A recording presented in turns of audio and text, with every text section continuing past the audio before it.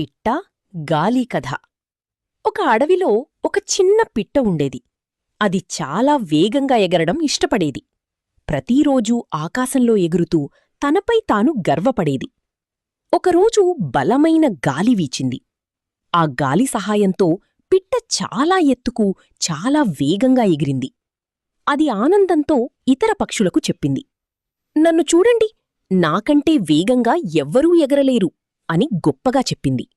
ఇతర పక్షులు మౌనంగా చూశాయి. ఒక వృద్ధ పక్షి మాత్రం చెప్పింది, నీ బలం నీదా లేక గాలిదా అని. పిట్ట దానిని పట్టించుకోలేదు. మరింత ఎత్తుకు ఎగిరి చూపించాలనుకుంది. అప్పుడే ఒక్కసారిగా గాలి ఆగిపోయింది. పిట్టకు వేగం తగ్గిపోయింది. సమతుల్యం కోల్పోయి కిందకు పడిపోయింది.